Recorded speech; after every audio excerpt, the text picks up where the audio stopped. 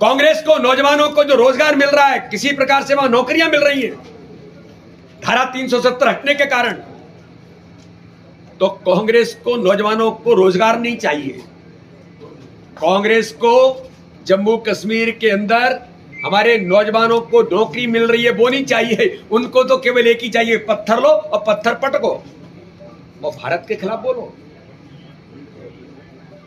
तिरंगे का अपमान करो, तिरंगे को जलाओ और भारत माता का अपमान करो, यही कांग्रेस को चाहिए।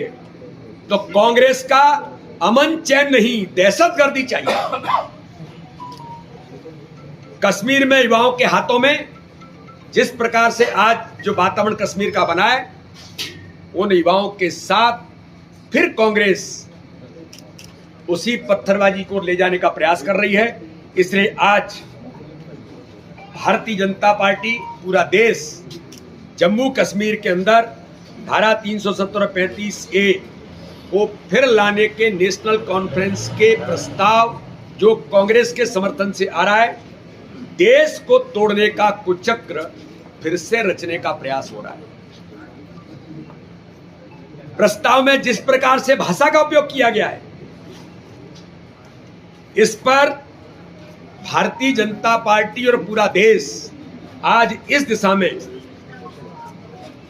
कि भारत की एकात्मता और अखंडता को फिर से प्रहार करने का प्रयास किया गया है। इसलिए यह कांग्रेस और नेशनल कॉन्फ्रेंस के राष्ट्र विरोधी जो एजेंडा है, शेख अब्दुल्ला से लेकर के उमर अब्दुल्ला तक भावनात्मक ब्लैकमेल करना नेशनल कॉन्फ्रेंस की दिनचर्या बन गई है। और आज जब कभी जम्मू कश्मीर के अंदर इस प्रकार की घटनाएं घटती हैं और ऑन रिकॉर्ड ये साबित होता है कि ये पाकिस्तान प्रेरित घटनाएं और आतंक करने का प्रयास होता है, तो उमर अब्दुल्ला एक शब्द नहीं बोलते। तो आज जम्मू कश्मीर के अंदर पाकिस्तान की उन देश विरोधी ताकतों को इस प्रकार से प्रस्ताव ला करके पाकिस्तान को ताकत देने का काम क्या आप करने वाले हैं? क्या जम्मू कश्मीर के अंदर नेशनल कॉन्फ्रेंस और कांग्रेस जो घाटी के अंदर शांति आई है उसको तोड़ करके आतंकवाद और अलगाववाद के काले दौर को फिर से वापस लाना चाहते हैं?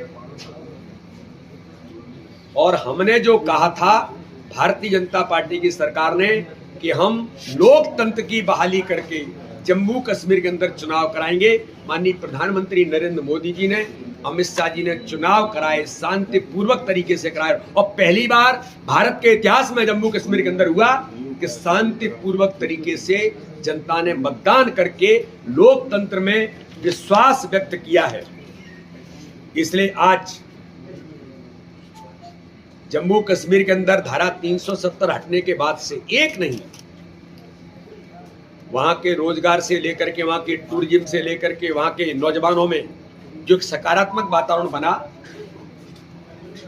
आज हम देखते हैं कि 80% से वहां पर कई प्रकार की जो घटनाएं होती थी उनमें 80% कमी आई। आतंकवाद की घटनाओं में 70% की कमी हुई है।